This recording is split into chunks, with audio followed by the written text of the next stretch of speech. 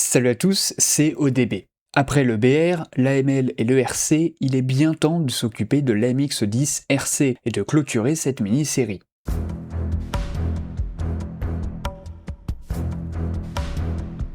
L'AMX10 RC est lié à l'EBR de chez Panhard, puisque ce premier va devenir le remplaçant du second. L'armée française relance très rapidement le développement de matériel après la Seconde Guerre mondiale. Plusieurs industriels vont sortir différents véhicules dans différentes catégories, et Panhard développera et produira l'EBR, un blindé léger fait pour la reconnaissance.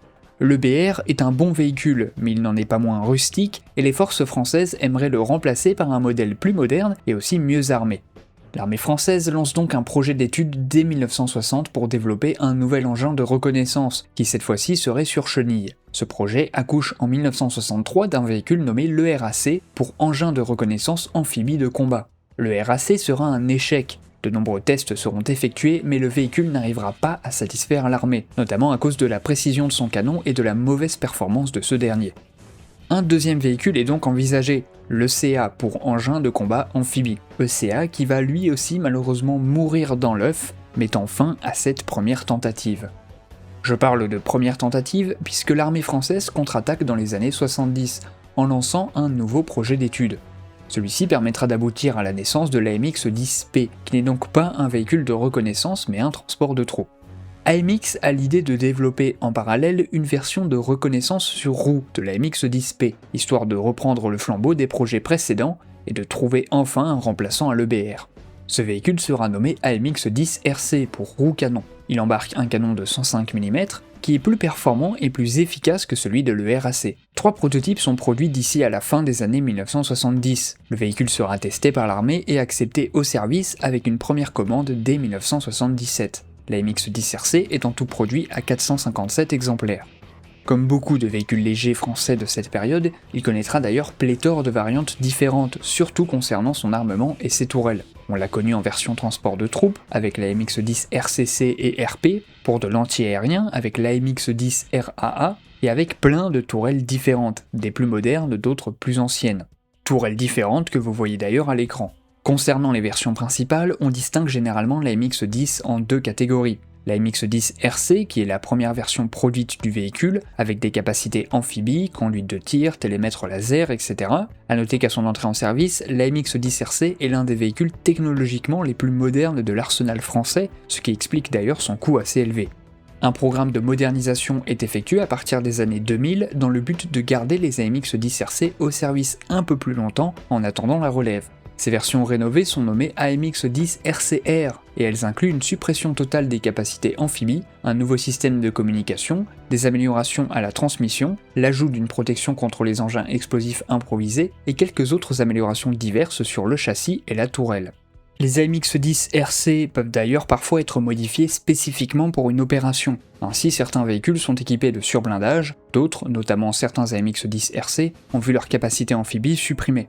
Ce sont des véhicules vraiment variés et c'est à prendre en compte, par exemple les 10 RC qui vont participer à l'opération Daguet en Irak subiront des modifications qui augmentent leur portée effective et qui ajoutent du blindage supplémentaire.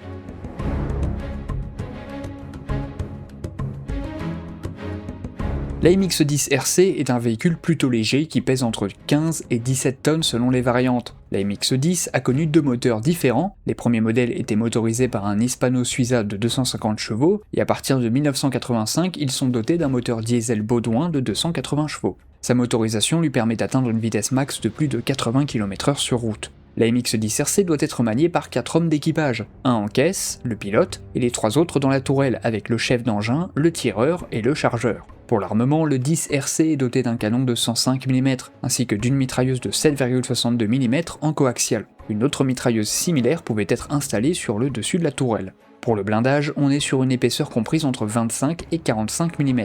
Pour finir, la MX-10 RC possède une protection NBC, des capacités amphibies sur les premiers modèles, ainsi qu'une suspension réglable en hauteur.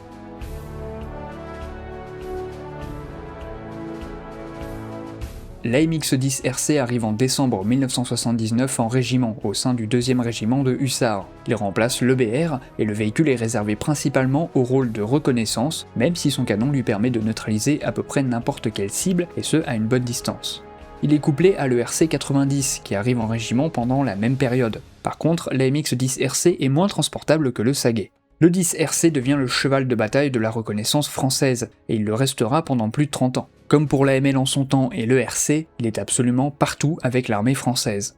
Les AMX-10 RC sont utilisés lors de l'opération Daguet avec grand succès, étant d'ailleurs modifiés légèrement pour l'occasion. La France les utilise aussi au Tchad, en Côte d'Ivoire et même en Afghanistan. Ils sont peu à peu retirés du service depuis les années 2010 et sont aujourd'hui remplacés par le Jaguar.